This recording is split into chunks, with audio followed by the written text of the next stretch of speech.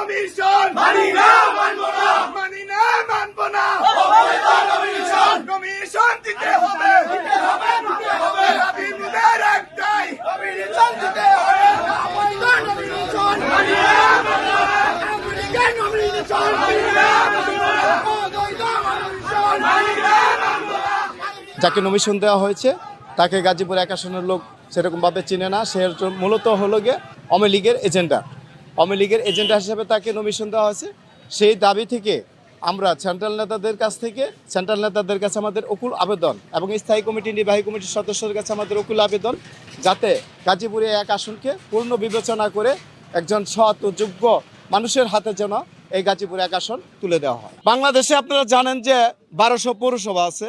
সেই পৌরসভার ভিতরে কোথাও একটা মেয়র পাশ করতে পারে নাই, একটা ইউপি সদস্য পাশ করতে পারে না, একটা কাউন্সিলর পাশ করতে পারে নাই, একটা চেয়ারম্যান পাশ করতে পারে নাই, একটা গভর্নর বডি নির্বাচন হলে সেখানে জাতীয়বাদী দল যে করছে সে পাশ করতে পারে না, সেখানে একটা মেয়র সে বারে পাশ করে। এটা আপনারা বুঝেন না যে সে আওয়ামী লীগের এজেন্ডার? আসলেই সে আওয়ামী লীগের এজেন্ডার।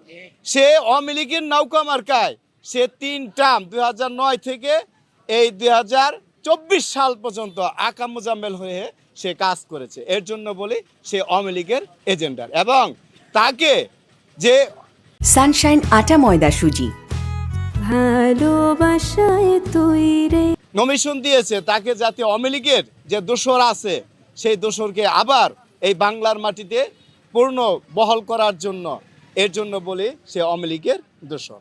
আমার অকুল আবেদন আমাদের বাংলাদেশ জাতীয়বাদী দলের যে ভারপ্রাপ্ত চেয়ারম্যান জননেতা 18 কোটি মানুষের স্পন্দন, সে অনেক বিচক্ষণ মানুষ, উনি অনেক বিচক্ষণ মানুষ। আমি তার কাছে অকুল আবেদন করব যে গাজীপুরে এক আসন পূর্ণ বিবেচনা করে গাজীপুর যার ইমেজ আছে, ভালো মানুষ, তার হাতে যেন তুলে দেওয়া হয়। কারণ বিগত এই 42 বছরে আমরা এই গাজীপুর এক আসন আমরা উদ্ধার করতে পারিনি।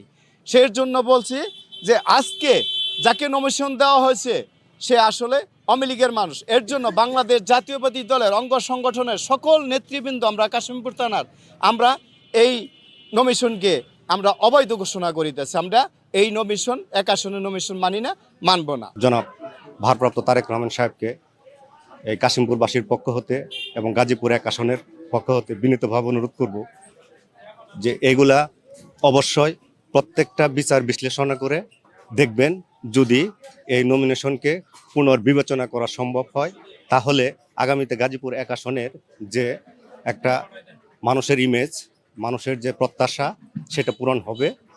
তা না হলে প্রত্যেকটা ওয়ার্ড ভিত্তিক আপনারা একটু যদি খালি টিভি মিডিয়া পেপার পত্রিকা বিশ্লেষণ করে দেখেন তাহলে বুঝতে পারবেন যে এই নমিনেশনটাকে আসলেই তৃণমূল থেকে সর্বোচ্চরে প্রত্যেকটা নেতাকর্মী, প্রত্যেকটা থানার বড় বড় নেতাকর্মী কেউ অংশগ্রহণ করে নাই।